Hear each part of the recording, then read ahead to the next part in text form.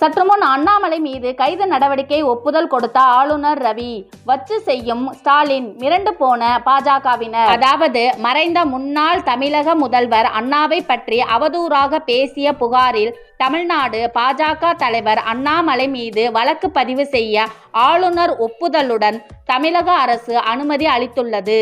சேலத்தை சேர்ந்த சமூக ஆர்வலர் பிஷ்யூ மனுஷ் சேலம் JM4 நீதிமன்றத்தில் தமிழ்நாடு பாஜக மாநில தலைவர் அண்ணாமலை மீது வழக்கு தொடர்ந்தார். அவரது மனுவில் பாஜக தலைவர் அண்ணாமலை தமிழ்நாட்டு மக்களிடையே மோதலை ஏற்படுத்தும் வகையில் தொடர்ந்து பொய்யான தகவலை பரப்பி வருகிறார். அண்ணாமலை கடந்த ஆண்டு செப்டம்பர் மாதம் மதுரையில் பேசும்போது மீனாட்சி அம்மன் கோவிலில் 1956ஆம் ஆண்டு நடைபெற்ற நிகழ்ச்சியின் போது முத்துராமலிங்க தேவர் அறிஞர் அண்ணாவை பார்த்து கடவுள் பக்தி இல்லாதவர், கடவுள் பக்தி இருப்பவர்களை தவறாக பேசினால் மதுரை மீனாட்சி அம்மனுக்கு இரத்தத்தால் அபிஷேகம் செய்ய வேண்டி இருக்கும் என எச்சரிக்கை செய்தார் எனவும், இதனால் PT ராஜனும் அண்ணாவும் மன்னிப்பு கேட்டுவிட்டு அங்கிருந்து ஓடிவிட்டனர் எனவும் கூறியிருந்தார். ஆனால் முத்துராமலிங்க தேவர் அவ்வாறு கூறவில்லை என பத்திரிகையாளர் தெரிவித்துள்ளனர். அண்ணாமலை கூறிய தகவலுக்கான எந்த ஆதாரமும் இல்லை. பாஜக தலைவர் அண்ணாமலை இவ்வாறு இட்டுக்கட்டி கட்டுக்கதைகளை கூறி மக்களிடம் கலவரம் மோதலை ஏற்படுத்தும் வகையில் பேசி வருகிறார். எனவே அவர் மீது கடும் நடவடிக்கை எடுக்க வேண்டும் என கோரியிருந்தார். அண்ணாமலை பேச்சு குறித்த ஆதாரங்களையும் சமர்ப்பித்திருந்தார். இந்த வழக்கு தொடர்பாக சேலம் 4வது நீதித்துறை நடுவர் நீதிமன்றத்தில் விசாரணை நடந்து வந்தது.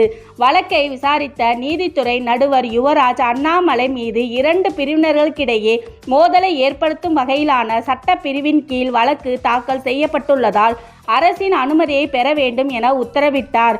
இந்த நிலையில் பியூஸ் மனுஷ் சேலம் நீதிமன்றத்தில் அளித்த புகாரின் பெயரில் தமிழக பாஜக தலைவர் அண்ணாமலை மீது வழக்கு தொடர முகாந்திரம் இருப்பதாக தமிழக அரசு முடிவு செய்து வழக்கு தொடர்வதற்கான அனுமதி கோரி ஆளுநருக்கு பரிந்துரை செய்த நிலையில் அண்ணாமலை மீது வழக்கு தொடர தமிழக ஆளுநர் ஒப்புதல் அளித்துள்ளார்.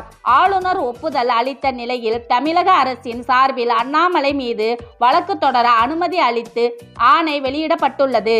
இதன் நகல் சேலம் நீதிமன்றத்திற்கு அனுப்பப்பட்டுள்ளது. ஓரிரு நாளில் இந்த வழக்கு மீண்டும் விசாரணைக்கு வரும். அதன் பின்னர் அண்ணாமலை ஆஜராக சம்மன் அனுப்பப்பட்டு விசாரணை நடைபெறும் என எதிர்பார்க்கப்படுகிறது. அண்ணாமலைக்கு எதிராக நீதிமன்றத்தில் தொடரப்பட்ட வழக்கில் வெறுப்பை பரப்பி இரு பிரிவினரும் இடையே மோதல் ஏற்படுத்த முயற்சி உள்ளிட்ட கடுமையான குற்றச்சாட்டுகள் IPCயின் கீழ் பிரிவு 153Aயின் கீழ் ஒரு தனி நபரால் தாக்கல் செய்யப்பட்டதால் நீதிமன்றத்தில் விசாரணைக்கு CRPCயின் பிரிவு 196இன் கீழ் மாநில அரசின் அனுமதி கட்டாயம். அதன்படியே தமிழக அரசு தேவையான அனுமதியை வழங்கியுள்ளது. இந்த நிலையில்தான் தொடர்ந்து அவதூறு பரப்பி வரும் அண்ணாமலையை கைது செய்ய ஆளுநர் ரவி ஒப்புதல் கொடுக்கும் சூழ்நிலையில் தள்ளப்பட்டுள்ளதாக தற்போது தகவல் பரவி வருகிறது. இந்த தகவல் அண்ணாமலையை அதிர்ச்சியடைய வைத்து வருகிறது.